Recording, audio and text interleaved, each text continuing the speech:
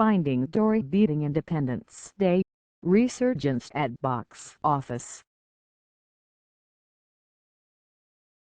Finding Dory is expected to earn almost $75 million in its second weekend, putting the damper on Fox's hopes to make Independence Day, Resurgence the top movie in the country.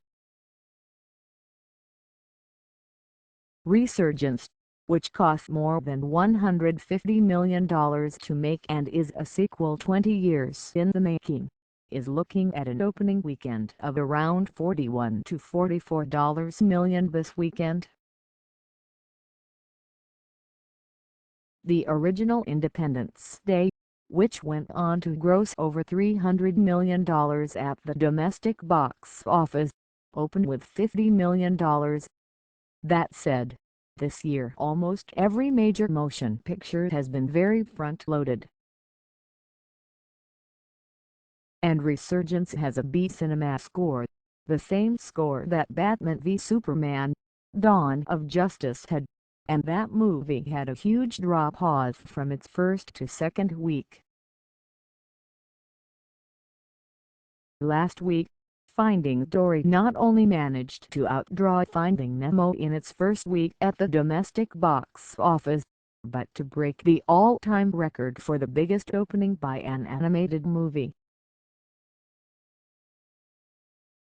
Finding Dory earned an estimated $136,183,170 last weekend, more than $100 million more than Central Intelligence, the second highest grossing movie of the week, making this weekend's likely drop-off less than 50%.